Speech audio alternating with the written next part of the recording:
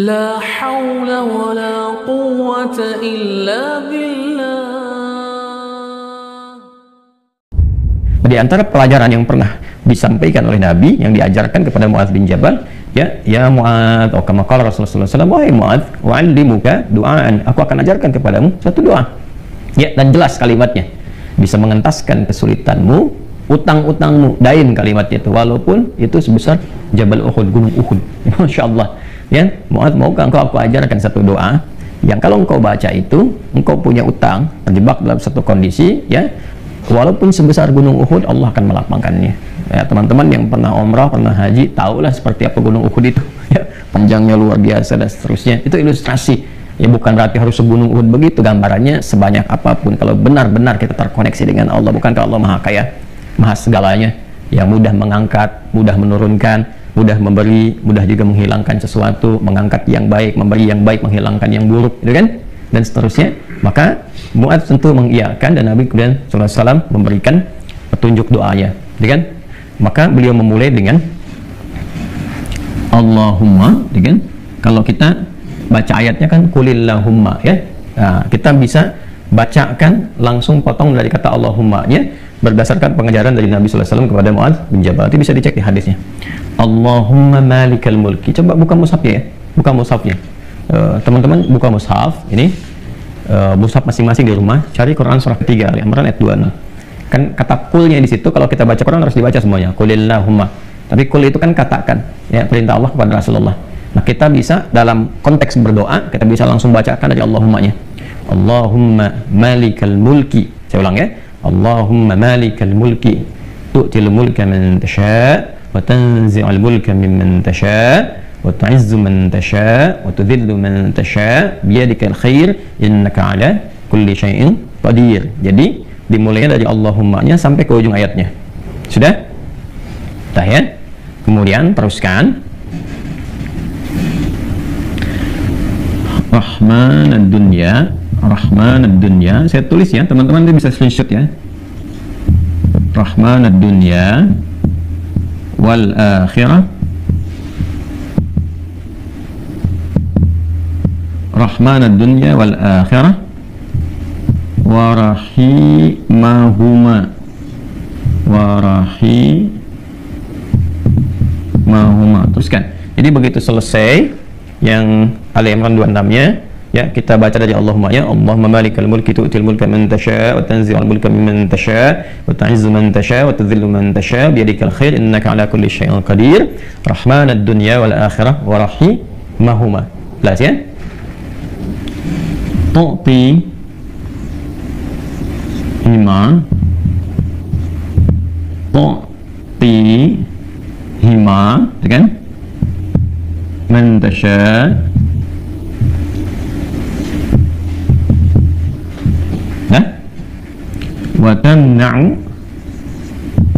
wa tamna'u minhuma man tasha'.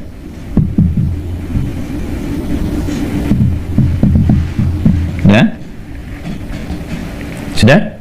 Rahman ad-dunya wal akhirah wa rahimahuma, asalnya ya Rahman, ya Rahman ad-dunya wal akhirah, karena kita ingin cepat. Biasanya kan orang memohon tuh kalau punya utang pengen cepat dilepaskan, kan? Maka caranya biasanya dilepaskan huruf ya-nya dan menunjukkan ini fathah untuk menunjukkan ada ya sebelumnya. Asalnya ya Rahman ad-dunya wal akhirah, kita percepat supaya kita meminta sesuatu dipercepat. Rahman ad-dunya wal akhirah wa rahimahuma tu'tihima man tasha' wa tamna'u minhuma, ya kan? Man tasha'. Allahumma malikal mulki tu'til mulka man tasha'. Ya Allah yang menggenggam segenap kekuasaan, Engkau memberikan kekuasaan pada siapa yang Engkau kehendaki. Wa tanzi'ul mulka mimman tasha', dan juga mencabut, mengambil kekuasaan dari siapa yang Engkau kehendaki. Wa tu'izzu man tasha', Engkau mengagungkan, mengangkat siapa yang Engkau kehendaki. Wa tudhillu man tasha', dan Engkau bahkan merendahkan di antara makhlukmu yang Engkau kehendaki sesuai dengan hukum-hukummu. Biyadikal khair, segala ketetapan kebaikan dan segala kemuliaan ada dalam ketetapanmu. Innaka ala kulli syai'in qadir, hanya Engkau yang paling kuasa untuk menetapkan segala hal. Rahman ad-dunya wal akhirah, ya Allah yang maha pengasih, yang sempurna kasihnya dalam urusan dunia dan akhirat. Wa rahimahuma, dan sempurna kasih sayangnya dalam segala urusan dunia dan akhirat. Tu'tihi man tasha', Engkau memberi siapapun baik di langit ataupun di bumi kepada siapa yang Engkau kehendaki. wa tamna'u minhum man tasya. Engkau pun bisa mencegah apapun terjadi bagi siapapun makhlukmu di langit ataupun di bumi. Jadi kita mengambil dua hal nih, yang baik Allah kasih dan yang buruk-buruk dicegah, gitu kan. Kemudian ini yang paling indah, aghnini bi rahmatika, ya Allah lapangkan aku. Aghni itu dari kata ghina, aghna yughni, aghni asal katanya dari kata ghina, sesuatu yang lapang dari segi harta, kayakan. Kadang diambil majas untuk mengayakan hati. Di sini maksudnya ke materi. Kayakan aku ya Allah, berikan aku kecukupan yang melapangkan aku, ya kan, dari urusan-urusanku. Maksudnya ini terkait hutang. Bi rahmatika, dengan rahmatmu. Ya ini bahasanya indah sekali, ini balaghahnya tinggi banget ya. Ya kalau kita ambil ke bahasa kita kan begini. Ya Allah, yang paling sayangkan Engkau, yang paling punya kan Engkau, yang menguasai dunia dan akhirat kan Engkau, yang memiliki kebaikan kan Engkau, yang mencegah dari segala yang sulit pun kan Engkau, yang punya solusi semuanya Engkau. Maka dengan kepasrahanku kepadamu dan pengakuanku atas semua rahmat dan kekuasaan keagungan yang Engkau miliki, aku memohon dengan rahmatmu, dengan kasihmu, hanya Engkau yang sayang ya Allah, yang bisa menyelesaikan urusanku. Ya, dan dengan rahmatmu aku mohon yang bisa melapangkan keadaan hartaku untuk melunasi utang-utangku. Kalau aku memohon kepadamu saja dengan segala kasih sayangmu, kepada sifat sayangmu, ya kan? Kalau aku memohon dengan segala sayangmu belum kau kabulkan, maka kepada siapa lagi aku mesti mohon? Sedangkan kau yang paling sayang kepadaku. Kalau yang paling sayang saya tidak memberi, lantas kepada siapa saja? Ya, kepada siapa lagi aku mesti memohon? Maka aku mohon ya Allah, lapangkan keadaan diriku dengan sayangmu itu, sehingga aku tidak memohon dan meminta lagi kepada selainmu. Ini, ya, aghnini bi rahmatika an rahmatin man siwak. Ya Allah, semua orang sudah mengatakan nggak bisa, ini nggak mungkin, ini nggak mau, itu tidak. Maka aku memohon kepada yang paling sayang kepadaku. Kalau kepada yang paling sayang saya belum dikabulkan, lantas kepada siapa lagi aku mesti meminta? Mohon lapangkan diriku dan berikan aku kekuatan sehingga dengan rahmatmu aku tidak meminta kepada siapapun selainmu. Ini indah banget nih kalau kita turunkan dalam bentuk pemaknaan yang balaghahnya. Ini teman-teman doanya. Ya. Setelah itu akhirnya dengan Al-Fatihah. Fatihah itu pahalanya banyak banget kan. Di antara namanya selain pahala itu juga ada fungsi-fungsi fadilahnya, keutamaannya. Ya, apa di antara fungsi keutamaan fadilah itu disebut juga dengan Al-Kafi, Asy-Syafi, yang mencukupkan segala hal, ya kan? Yang dengan izin Allah bisa menyembuhkan, karena intisari Quran itu ada di Al-Fatihah. Maka diakhiri dengan Al-Fatihah, kemudian setelah itu tutup dengan sholawat. Tutup dengan sholawat. Nah, nanti ada hadis lain yang mengajarkan kaitan antara hutang dengan memperbanyak sholawat kepada Nabi Muhammad SAW. Ya, nah sholawat ini juga penting teman-teman sekalian, diperbanyak di akhir ya. Jadi setelah baca dari Quran surat Nuh, Ali Imran, ya istighfar dulu. Jadi kalau kita rumuskan kan ketemu 5 kan. Ya, dari mulai kita istighfar dulu dengan segala ketulusan, dalilnya surat Nuh itu, kemudian di surah Ali Imran kita bacakan, terus praktek doanya kita temukan. Setelah itu Al-Fatihah, setelah itu kemudian sholawat kepada Nabi SAW. Jadi di hadis lain ada seseorang yang diajarkan oleh Nabi SAW untuk memanfaatkan, nah ini dia, kapan waktu, di pertengahan malamnya, ya, untuk memanfaatkan pertengahan malam itu terkait dengan utang piutang juga. Nah, lalu dia berkata, apa yang kami lakukan ya Rasulullah? Yang perbanyak gitu kan, ibadah kepada Allah. Lalu diajarkan salawat. Aku akan mengambil, kata orang itu, sepertiganya, kata Nabi, itu baik. Kemudian kalau bisa tambah, aku akan mengambil 2/3-nya, kata Nabi, kalau itu baik. Lalu kalau bisa tambah, aku akan mengambil keseluruhannya. Ketika orang itu menghidupkan salawat di akhir-akhir malam itu, ya maka Nabi SAW langsung berkomentar, maka Allah akan mencukupkan, bahkan melebihkan apapun yang kamu rasakan gitu ya, yang kamu hadapi. Nah, itu beberapa ulama menempatkan bab itu dalam pengantasan utang piutang. Jadi kalau kita temukan, ketemulah kemudian di sana 5 bagian, yang kelimanya ditutup dengan keadaan ini kapan, itu waktunya tengah malam, dan ditunaikan diawali dengan salat dulu untuk mengoneksikan diri kita kepada Allah Subhanahu wa taala. Jadi kalau Anda bertanya kapan ini dibacakan, ya, saya ulangi, kapan ini dibacakan, yang paling pokoknya adalah di pertengahan malam, di sepertiga malam. Jadi bangun malam hari supaya ada getaran kejiwaan lebih cepat mengamalkan Quran. Surah Al-Muzammil itu surah 73 ya, di ayat yang ke-6. Inna nasyi'atal laili hiya asyaddu wat'aw wa aqwamu qila. Bangun malam itu bacaannya menyentuh kepada jiwa, lebih mudah mendapatkan kekhusyuan. Jadi sepertiga malam bangun, istighfar, gitu kan? Ya, setelah sholat itu, sholat kita supaya bangun konektivitas dulu. Sholat itu kan kalau sudah bagus, khusyuk, konektivitasnya tinggi. Setelah itu baru diistighfari, istighfar menjelang sahar. Ya, wabil asharihum yastaghfirun, menjelang sahar mereka banyak istighfar. Nah, kalau sudah beristighfar itu Masya Allah nanti di Quran surah ketiga ayat 17 itu nanti akan diberikan oleh Allah 4 kekuatan yang bersanding dengan orang istighfar.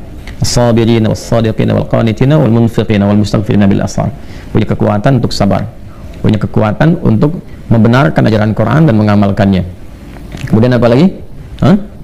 Qanitin, khusyuk ibadah. Orang yang biasa bangun malam istighfar di ujung malam tuh lebih khusyuk ibadahnya. Nah, wal munfiqin, bisa jadi rajin infak, setara itu. 4 itu bisa setara. Jadi orang yang istighfar, pemahaman pertamanya bisa setara amalnya dengan orang yang rajin infak, yang khusyuk ibadah, orang yang membenarkan isi kitab dan mengamalkan, serta orang sabar. Pemahaman berikutnya adalah mendapatkan 4 keutamaan ini.